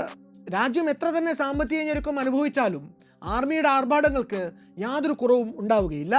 ജനങ്ങൾ ദൈനംദിന ജീവിതം മുന്നോട്ട് കൊണ്ടുപോകാൻ നട്ടം തിരിയുമ്പോഴും അവർക്ക് സുരക്ഷ ഉറപ്പുവരുത്തേണ്ട ആർമി ഉദ്യോഗസ്ഥർ വലിയ കൊട്ടാരങ്ങളിൽ സുഖലോലുപരായിട്ട് ജീവിക്കുന്ന കാഴ്ചയാണ് പാകിസ്ഥാൻ നമുക്ക് നൽകുന്നത്. സ്വന്തമായി ഒരു റിയൽ എസ്റ്റേറ്റ് സാമ്രാജ്യം തന്നെ പാകിസ്ഥാനിൽ ആർമി കൈയടക്കി വെച്ചിട്ടുണ്ട്. പാകിസ്ഥാൻ എന്ന രാജ്യത്തിന്റെ മൊത്തം ഭൂവിസ്തൃതിയുടെ 12% ആർമിയുടെ കൈവശമാണ് എന്നാണ് ആയിഷ സിദ്ദിഖ തന്റെ military inc inside Pakistan's military economy എന്ന പുസ്തകത്തിൽ പറഞ്ഞിട്ടുള്ളത്. ഇതേ പുസ്തകത്തിൽ തന്നെ പാകിസ്ഥാനി സൈന്യം നയിക്കുന്ന അണ്ടർഗ്രൗണ്ട് മാഫിയയുടെ പ്രവർത്തനങ്ങളെക്കുറിച്ചുള്ള ആരുടെയും കണ്ണു തള്ളിക്കുന്ന വിവരങ്ങളും നമുക്ക് കാണാനാകും. റിട്ടയർ ആകുന്ന ആർമി ഉദ്യോഗസ്ഥരുടെ വെൽഫെയർ സ്കീം എന്ന പേരിൽ വലിയ തോതിൽ ഭൂമി ആർമി സ്വന്തം കൈവശമാക്കും. ഇങ്ങനെ കയ്യിലാകുന്ന സ്വന്തം ഭൂമിയിൽ അവർ പല പ്രൊജക്റ്റുകളും നടപ്പിലാക്കും. വലിയ മുതൽ മുടക്കിൽ ടൗൺഷിപ്പ് പ്രൊജക്റ്റുകൾ അവിടേക്ക് കൊണ്ടുവരും. DHA അഥവാ ഡിഫൻസ് ഹൗസിംഗ് അതോറിറ്റീസ് എന്നാണ് മിലിറ്ററിയുടെ കീഴിലുള്ള ഈ എലീറ്റ് ഹൗസിംഗ് പ്രൊജക്റ്റ് അറിയപ്പെടുന്നത്. ഓഫീസർമാർക്കായിരിക്കും ഇവിടെയുള്ള സ്ഥലങ്ങൾ മിക്കവാറും ലഭിക്കുന്നത്. ഇങ്ങനെ ആർമി ഏറ്റെടുക്കുന്ന ഭൂമി ഇടപാടുകളിൽ അനേകം അഴിമതികൾ നടക്കുന്നതിൻ്റെ റിപ്പോർട്ടുകൾ പല കാലങ്ങളിലായിട്ട് പുറത്തു വന്നിട്ടുണ്ട്. ഉയർന്ന ആർമി ഉദ്യോഗസ്ഥരും നാട്ടിലെ സ്വകാര്യ റിയൽ എസ്റ്റേറ്റ് ഡെവലപ്പർമാരും ഒക്കെ ഉൾപ്പെട്ട ഇസ്ലാമാബാദിലെ DHA വാലി സ്കാൻഡൽ അത്തരത്തിലൊന്നാണ്. പാകിസ്ഥാനിലെ മുൻ ആർമി ചീഫായിരുന്ന അഷ്ഫാഖ് പർവേസ് കായാനിയുടെ സഹോദരൻ കമ്രാൻ കായാനിക്കെതിരെ ഭൂമി ഇടപാടിലെ അഴിമതിക്ക് national accountability bureau arrest warrant പുറപ്പെടുവിച്ച ഒരു കേസാണിത്. ഇതിനൊക്കെ പുറമെ റിട്ടയർ ആകുന്ന ആർമി ചീഫുമാർക്ക് രാജ്യത്തെ ഏറ്റവും മികച്ച കൃഷിഭൂമികൾ ഏക്കർ കണക്കിന് സമ്മാനമായി ലഭ്യമാക്കും. 2022 ചോർന്ന ഒരു സ്വിസ് ബാങ്ക് റിപ്പോർട്ട് പ്രകാരം വിരമിച്ച മുൻ പട്ടാള മേധാവി റഹീൽ ഷെരീഫിന് 100 ഏക്കറോളം കൃഷിഭൂമി ഇങ്ങനെ ലഭിച്ചു എന്നാണ് പറയപ്പെടുന്നത്. ഈ ഭൂമിയുടെ കൈമാറ്റവും വിൽപ്പനയും ഒന്നും അധികം ചോദ്യം ചെയ്യപ്പെടാതെ ഇപ്പോഴും നിർബാധം തുടരുന്നുണ്ട് എന്നതാണ് യാഥാർത്ഥ്യം. ഭൂമിക്ക് പുറമെ പാകിസ്ഥാൻ ആർമിയുടെ മറ്റിടപാടുകൾ ബിസിനസ് രംഗത്താണ് നിലനിൽക്കുന്നത്. മിലിറ്ററി ഇങ്ക് എന്ന തന്റെ പുസ്തകത്തിൽ ആയിഷ സിദ്ദീഖ പരിചയപ്പെടുത്തുന്ന മിൽബിസ് എന്ന പുതിയൊരു വാക്കുണ്ട്. മിലിറ്ററി ബിസിനസ് എന്നതിന്റെ ചുരുക്കപ്പേരാണ് Milbus. Fauji foundation, Shaheen foundation, army welfare trust, Bahria foundation എന്നീ എൻറ്റിറ്റീസ് ആണ് അവിടുത്തെ ഒട്ടുമിക്ക വ്യവസായ മേഖലയും കൈയടക്കി വെച്ചിട്ടുള്ളത്. ഇതിൽ സിമന്റ് മുതൽ വളം കച്ചവടം വരെ ഉൾപ്പെടുന്നുണ്ട്. ഭക്ഷ്യ ഉൽപ്പന്നങ്ങൾ മുതൽ ബാങ്കിംഗ്, വ്യോമയാന സേവനങ്ങൾ, വിത്ത് കച്ചവടം, പാചകവാതക വിതരണം എന്നുവേണ്ട രാജ്യത്തിലെ എല്ലാ മേഖലകളുടെയും കുത്തക ആർമിയുടെ കയ്യിലാണ്. ഈ വർഷം മുതൽ കോർപ്പറേറ്റ് ഫാമിംഗ് കൂടി ആരംഭിക്കാനാണ് പാകിസ്ഥാൻ ആർമിയുടെ തീരുമാനം. ഇത്തരം ബിസിനസ്സുകളുടെ നടത്തിപ്പുകൾ ചെയ്തു പോരുന്ന ഫൗണ്ടേഷനുകളുടെ അഡ്മിനിസ്ട്രേറ്റീവ് ബോർഡുകളിൽ മിക്കവാറും റിട്ടയർ ആയിട്ടുള്ള ആർമി ചീഫുകൾ തന്നെയായിരിക്കും തുടരുന്നത്. അങ്ങനെ തങ്ങളുടെ അധികാരവും സ്വാധീനവും കൈവിട്ടു പോകാതെ എല്ലായ്പ്പോഴും ഇവർ സൂക്ഷിക്കും. രാജ്യവുമായി ഇത്തരം ഓഫീസർമാർ നടത്തുന്ന ഡീലുകൾക്ക് യാതൊരു പരിമിതികളും ഉണ്ടാകാറുമില്ല. 2021 പാൻഡോറ ലീക്കിൽ പുറത്തു വന്ന വിവരങ്ങൾ പ്രകാരം പാകിസ്ഥാനിലെ പല മുൻ ആർമി ചീഫുമാരും ദുബായ്, ലണ്ടൻ അടക്കമുള്ള വിദേശ രാജ്യങ്ങളിൽ കോടിക്കണക്കിന് രൂപയുടെ സ്വത്തിൻ്റെയും പ്രോപ്പർട്ടികളുടെയും ഉടമസ്ഥരാണ്. ആർമിയുടെ മുൻ മീഡിയ വിംഗ് തലവനായിരുന്ന ലഫ്റ്റനന്റ് ജനറൽ ആസിം സലീം ബാജ്വയുടെ ബിനാമിക്ക് US-ൽ 200-ലധികം പാപ്പ ജോൺസ് പിസ്സ സ്റ്റോർ ഫ്രാഞ്ചൈസികൾ ഉണ്ടായിരുന്നു എന്ന വിവരവും പുറത്തു വന്നിട്ടുണ്ടായിരുന്നു. ഈ വിവരം പുറത്തു വന്നതിന് പിന്നാലെ അദ്ദേഹത്തെ രഹസ്യമായെങ്കിലും ജനം ഇപ്പോൾ വിളിക്കുന്നത് ജനറൽ പാപ്പ ജോൺസ് എന്നാണ്. മാഫിയ സംഘത്തെ പോലെ പ്രവർത്തിക്കുന്ന ഈ ആർമിയുടെ പല പ്രവർത്തനങ്ങളും പാകിസ്ഥാനിൽ ആർക്കും തന്നെ ചോദ്യം ചെയ്യാൻ പോലും സാധിക്കില്ല എന്നതാണ് മറ്റൊരു വിരോധാഭാസം. പാകിസ്ഥാനിൽ ഉള്ളിൽ നിന്നുകൊണ്ട് ആർമിയുടെ അഴിമതികളും വെട്ടിപ്പുകളും പുറത്തു കൊണ്ടുവരാൻ ശ്രമിക്കുന്ന മാധ്യമ പ്രവർത്തകർക്കും ആക്ടിവിസ്റ്റുകൾക്കുമൊക്കെ വധഭീഷണിയോ അല്ലെങ്കിൽ ദുരൂഹ സാഹചര്യങ്ങളിൽ നടക്കുന്ന തിരോധാനമൊക്കെയാണ് പലപ്പോഴും നേരിടേണ്ടി വരാറുള്ളത്. പാകിസ്ഥാൻ എക്കോണമി ഇന്ന് അനുഭവിക്കുന്ന അടിസ്ഥാന ക്രൈസിസ് പോലും ആദ്യം മിലിറ്ററിക്ക് പിന്നെ മാത്രം ജനങ്ങൾക്ക് എന്ന ഗവൺമെന്റിന്റെ നയത്തിന്റെ ഫലമാണ്. എല്ലാ കാലത്തും പാകിസ്ഥാനിൽ സജീവമായിരുന്ന ഒന്നാണ് തീവ്രവാദ ഗ്രൂപ്പുകളും രാജ്യത്തെ മിലിറ്ററി ഇന്റലിജൻസ് സേനകളും തമ്മിലുള്ള കണക്ഷൻ. അഫ്ഗാനിസ്ഥാനിലെ താലിബാനും പാക് അധീന കശ്മീർ വഴിക്ക് ജമ്മു കശ്മീരിലേക്കും ഇന്ത്യയുടെ മറ്റു ഭാഗങ്ങളിലേക്കുമൊക്കെ നുഴഞ്ഞുകയറി ഭീകരവാദ പ്രവർത്തനങ്ങൾ നടത്തുന്ന വിവിധ ഗ്രൂപ്പുകൾക്കും പാകിസ്ഥാൻ എന്ന രാജ്യം പിന്തുണ നൽകി വരുന്നുണ്ട്. അവരുടെ ഇന്റർ സർവീസ് ഇന്റലിജൻസ് അഥവാ ISI എന്ന ചാരസംഘടനയും പാകിസ്ഥാനിലെ സെൽഫ് സ്റ്റൈൽഡ് ഉലമാക്കളും അവരുടെ വാക്കുകേട്ട് ജിഹാദിനിറങ്ങി പുറപ്പെടുന്ന തീവ്രവാദി കേഡറുകളും തമ്മിലുള്ള അവിശുദ്ധ ബാന്ധവം പരസ്യമായ രഹസ്യമാണ്. എന്നാൽ പാകിസ്ഥാന്റെ ഈ നിലപാടിൽ നിന്ന് ഒരു മലക്കം മറിച്ചിൽ നമ്മൾ കാണുന്നത് 9/11 ഭീകരാക്രമണത്തിന് തൊട്ടു പിന്നാലെ അമേരിക്ക ലോഞ്ച് ചെയ്ത വാർ ഓൺ ടെറർ ക്യാമ്പയിൻ സമയത്താണ്.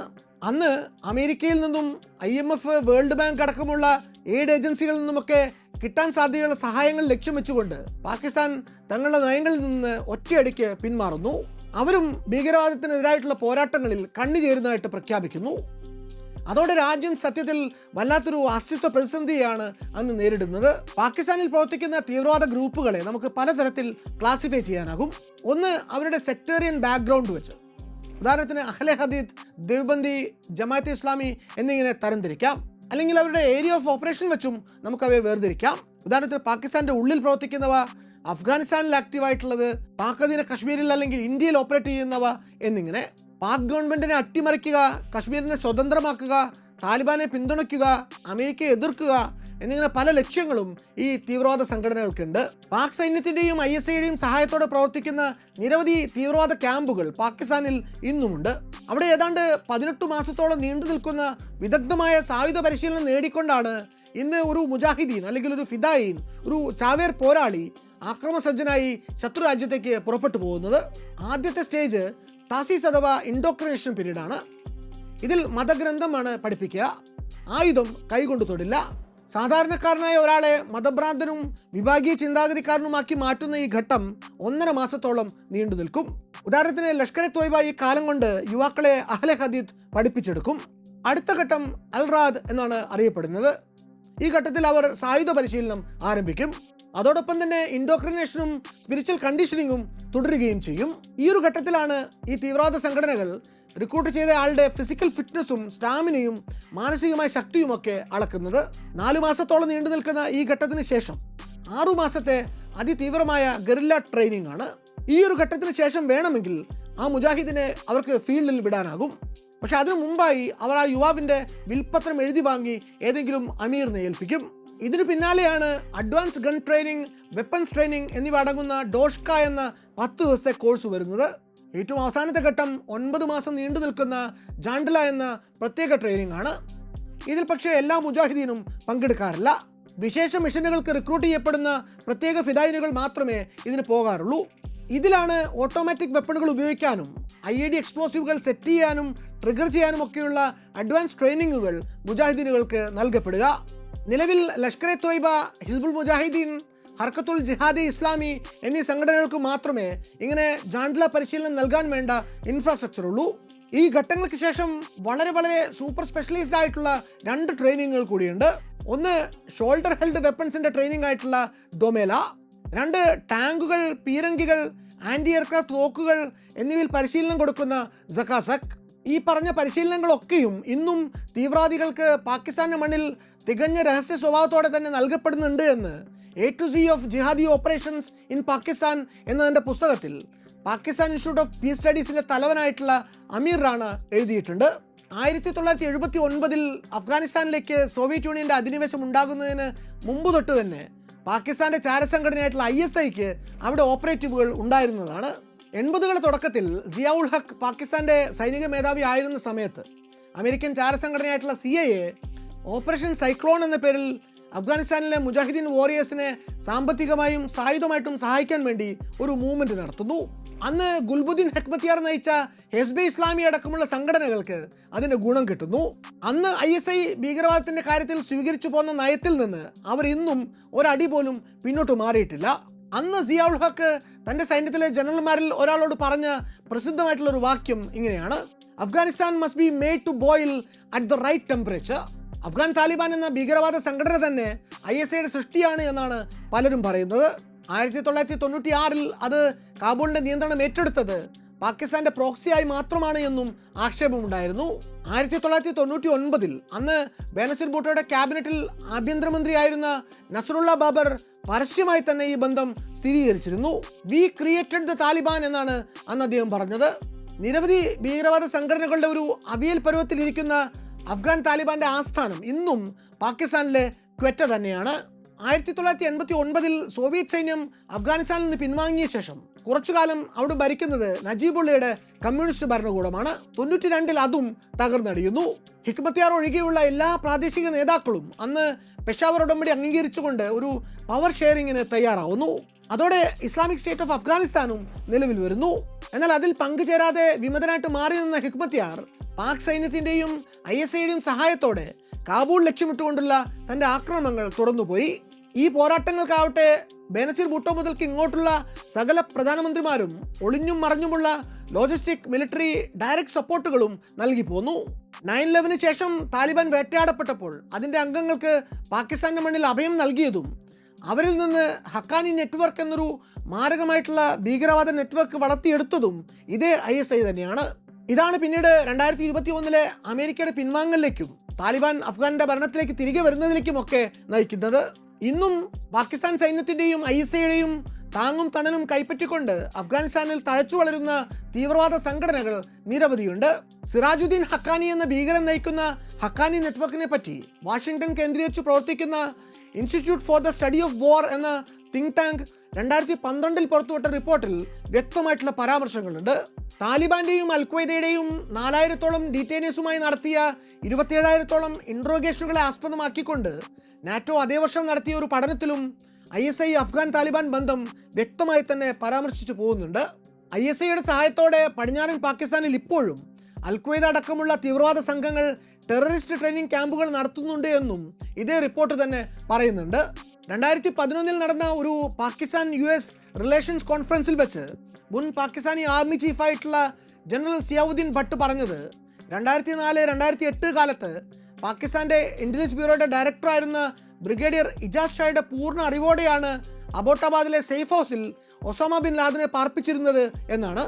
അതും അന്നത്തെ പ്രസിഡന്റായിരുന്ന ജനറൽ പർവേസ് മുഷാറഫിന്റെ പരിപൂർണ അറിവോടെയും സമ്മതത്തോടെയും തന്നെ. എന്നാൽ ഇതേ ഭട്ടി തന്നെ താൻ അങ്ങനെ പറഞ്ഞിട്ടേയില്ല എന്നും പിന്നീട് പറയുകയുണ്ടായി. ജമ്മു കാശ്മീരിന്റെ മണ്ണിൽ ഇസ്ലാമിക് റാഡിക്കലിസവും എക്സ്ട്രീമിസവും വളർത്തുന്നതിൽ പാകിസ്ഥാനും പാക് സൈന്യത്തിനുമുള്ള പങ്ക് ചെറുതല്ല. US സ്റ്റേറ്റ് ഡിപ്പാർട്ട്മെന്റ് 2001 പുറത്തുവിട്ട പാറ്റേൺസ് ഓഫ് ഗ്ലോബൽ ടെററിസം റിപ്പോർട്ടിൽ കശ്മീരിൽ നടക്കുന്ന തീവ്രവാദ പ്രവർത്തനങ്ങളുടെ മുഖ്യ സ്പോൺസറായിട്ട് പരാമർശിക്കുന്നത് ഇസ്ലാമാബാദിനെയാണ്. ഹിസ്ബുൾ മുജാഹിദീൻ, ലഷ്കർ എ തോയ്ബ, അൽ ബദർ, ജെയ്ഷെ മുഹമ്മദ് എന്നിങ്ങനെ നിരവധി തീവ്രവാദ സംഘടനകൾ കശ്മീരിന്റെ മണ്ണിൽ പോരാടുന്നതിൽ എല്ലാറ്റിനും പാക് സൈന്യത്തിന്റെ പിന്തുണയുമുണ്ട്. പാക് അധീന കശ്മീരിൽ ഇതുവരെയും ഐഡന്റിഫൈ ചെയ്യപ്പെട്ടിട്ടുള്ളത് 100-ലധികം തീവ്രവാദ പരിശീലന ക്യാമ്പ് സൈറ്റുകളാണ്. ഈ ക്യാമ്പുകൾക്ക് വേണ്ട പരിശീലനവും ലോജിസ്റ്റിക്സും ഒക്കെ കൈകാര്യം ചെയ്യുന്നത് ISAയുടെ ഉപവിഭാഗങ്ങളായിട്ടുള്ള joint intelligence miscellaneous, joint intelligence north എന്നിവ ചേർന്നുകൊണ്ടാണ്. ഇങ്ങനെ ഭീകരവാദത്തെ പിന്തുണയ്ക്കുന്നതിന് വേണ്ടി ISA ചെലവഴിക്കുന്ന ഫണ്ടും ഭീമമാണ്. ഏതാണ്ട് $125 മുതൽ $250 മില്യൺ വരെയാണ് ഈ ഇനത്തിൽ പ്രതിവർഷം അവർക്ക് ചെലവാകുന്നത്. ഇങ്ങനെ ചെലവഴിക്കുന്ന പണം പലപ്പോഴും അമേരിക്ക പോലെയുള്ള വിദേശ രാജ്യങ്ങൾ ഭീകരവാദത്തെ ചെറുത്തു തോൽപ്പിക്കാൻ വേണ്ടി പാകിസ്ഥാൻ അനുവദിച്ചതായിരിക്കും എന്നതാണ് ഇതിലെ പ്രകടമായ മറ്റൊരു വിരോധാഭാസം. അതിർത്തി കടന്നുവന്ന് നടത്തപ്പെടുന്ന ഒരു സ്ട്രൈക്കിനുള്ള മറുപടി മറ്റൊരു കൗണ്ടർ സ്ട്രൈക്ക് എന്ന മട്ടിൽ പോകുമ്പോൾ ഏതറ്റം വരെ പോകാമെന്ന കൃത്യമായ ധാരണ നമുക്കുണ്ടായേ തീരൂ. ന്യൂക്ലിയർ വാർ ഹെഡുകളെ വഹിച്ചുകൊണ്ട് ഭൂഖണ്ഡങ്ങൾ താണ്ടിച്ചെന്ന് പൊട്ടിക്കാൻ ശേഷിയുള്ള ഇന്റർകോണ്ടിനെന്റൽ ബാലിസ്റ്റിക് മിസൈലുകളും ആവനാഴിയിൽ വെച്ചുകൊണ്ട് ഒരു അയൽ രാജ്യം ഇന്ത്യയോട് ഒളിപ്പോരുകൾ നടത്തുമ്പോൾ ഒരു സ്വതന്ത്ര പരമാധികാര രാജ്യം എന്ന നിലയ്ക്ക് അതിനോടുള്ള നമ്മുടെ പ്രതിരോധം എന്തായിരിക്കണം എന്നത് വളരെ സങ്കീർണമായൊരു ചോദ്യമാണ്. മിലിറ്ററിയെ നിയന്ത്രിച്ചു നിർത്താൻ പോന്ന ജനങ്ങളാൽ തിരഞ്ഞെടുക്കപ്പെട്ടെത്തുന്ന ഒരു രാഷ്ട്രീയ ഭരണ സംവിധാനം നിലവിലില്ലാത്തൊരു രാജ്യം അതിന് മർമ്മത്തടിയേറ്റാൽ എന്തൊക്കെ ചെയ്യുമെന്ന് പ്രവചിക്കാനും നിലവിൽ യാതൊരു നിർവാഹവുമില്ല. പാകിസ്ഥാൻ എന്ന രാജ്യത്തിൻ്റെ സൈന്യം മുൻകാലങ്ങളിൽ പ്രവർത്തിച്ചിട്ടുള്ള കാര്യങ്ങൾ ഒട്ടും പ്രതീക്ഷാജനകമല്ല എന്ന് നമ്മൾ ഇതിനകം കണ്ടു കഴിഞ്ഞു. നാളെ ഒരു തുറന്ന യുദ്ധത്തിലേക്ക് കാര്യങ്ങൾ പോയാൽ അതിൻ്റെ കഷ്ടതകൾ അനുഭവിക്കേണ്ടി വരിക രണ്ടു ഭാഗത്തെയും നിഷ്കളങ്കരും നിരപരാധികളുമായിട്ടുള്ള സാധാരണക്കാരായിരിക്കും. അതുകൊണ്ട് നിലവിലെ യുദ്ധ സാഹചര്യങ്ങളിൽ അയവുണ്ടായി നമ്മുടെ അതിർത്തി പ്രദേശങ്ങൾ എത്രയും പെട്ടെന്ന് തന്നെ പഴയ ശാന്തിയിലേക്ക് മടങ്ങിപ്പോകട്ടെ എന്നു മാത്രം നമുക്ക് പ്രാർത്ഥിക്കാം.